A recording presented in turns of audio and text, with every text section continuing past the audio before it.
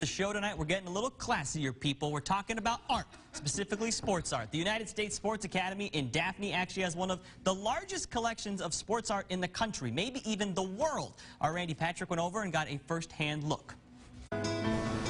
This week, WKRG Sports Overtime coming to you from the United States Sports Academy, just off Highway 98 in Daphne on the beautiful Eastern Shore. We're here tonight to talk about sports art.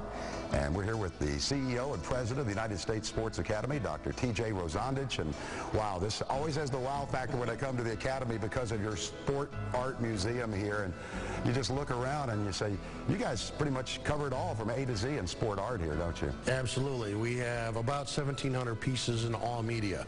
Photography, original paintings, sculpture, assemblages, you name it, we got it. What led me here to the Academy this trip is Leroy Neiman. I saw recently where a Fairhope resident, a new resident of Fairhope, donated his print of a Leroy Neiman, the Tiger, to your collection, the Leroy Neiman Room. And you guys have had a long relationship with the late sport artist, one of the great sport artists of our time in America, Leroy Neiman.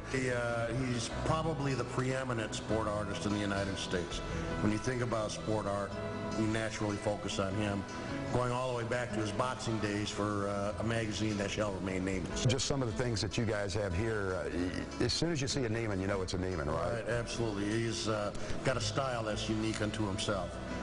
Probably one of the more popular pieces is in our Sport Artist Walk of Fame featuring Bear Bryant. Leroy Neiman lived to be 91, which I guess in art years is probably not good for the collectors because he produced a lot. But for the people that don't know a lot about Leroy Neiman, I can remember as a child, I remember that handlebar mustache and him appearing in the Olympic Games and him sketching on the sidelines of Super Bowls and things of that nature. Sure.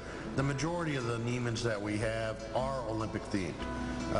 The large frame pieces that are in the Neiman Room feature Olympic sports, athletics, gymnastics, boxing.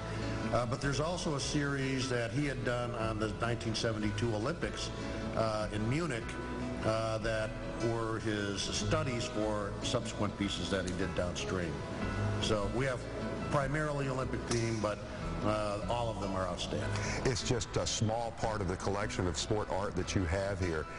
It's really phenomenal. In fact, it probably runs 1-2 in the world of the largest and best sport art collection, right? Sure. I would think that within the United States, without a doubt, we have the largest collection of sport art.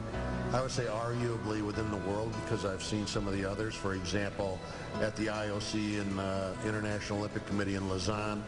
But none of the other museums I've seen has the breadth of what we have here, whether it's sculptures and global reach.